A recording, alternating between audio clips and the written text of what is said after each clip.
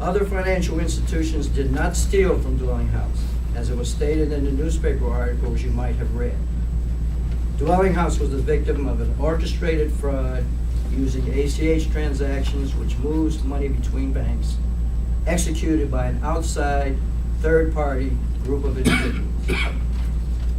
Our lawyers have contacted every bank that processed the transactions referred to, and some of them have been very cooperative and have either returned the funds processed through their bank in full or are in the process of returning them.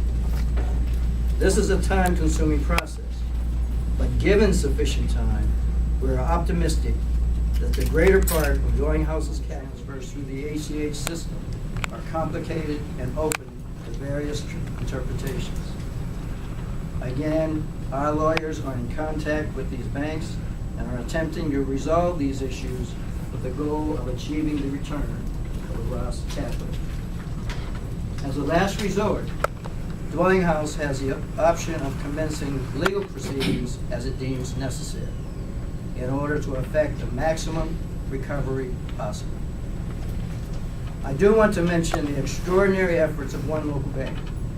Over the past several months, without any payment or recognition, Dollar Bank has been providing expert help and guidance to Dwelling House during very difficult times.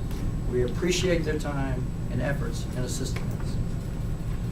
I also want to emphasize that the regulatory agencies responsible for supervising Dwelling House, the Office of Thrift Supervision, OTS, the Pennsylvania Department of Banking, and the Federal Deposit Insurance Corporation, FDIC, are being cooperative and supportive in our effort.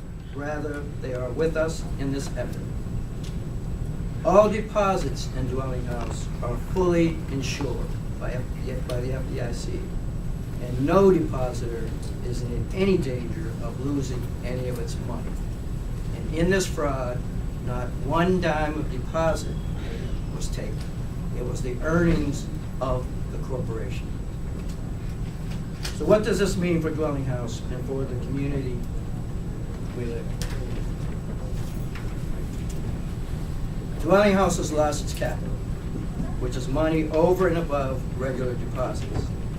If Dwelling House can obtain the return of a substantial part of the money lost through this ACH scam perpetrated by third parties, its capital will automatically be replenished, dollar for dollar, to the extent of those returned funds. Otherwise, because we're a mutual savings association and don't have stockholders, we must raise capital through special deposits that are not insured, can only receive interest from earnings, meaning the bank has to be profitable, and can never be withdrawn from the bank. Managed to explain. Otherwise, the regulators, by law, will not allow us to accept any significant new regular deposits.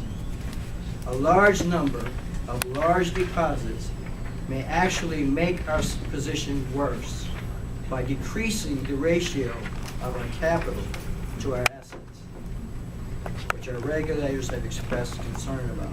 What this means is, and don't do the math, because the math won't be right. Just listen to the concept. Our assets are at 10%, $10 million. Our capital is at $500,000. And our capital ratio is 5%. You increase our assets by making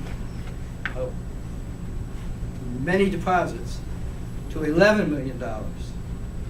That $500,000 or that 5% capital is now driven down to 4%. So that's what that means. What we do need from you now is your pledge to support Dwelling House once its capital position is restored. To attract the special deposits, we have to show investors that the community will support a minority bank. And your pledges of regular deposits will do that. A pledge form for regular deposits is here and be part of the handout, and I'm handing out exactly what I'm telling you now. And it's going to be on Dwelling House's website, which is www.dwellinghouse.com. Finally, I want to assure you that the Board of Directors and I have committed to do everything we personally can to make sure that a minority bank continues to serve the African American community of our city, and I promise you that all of us are working very hard to that end.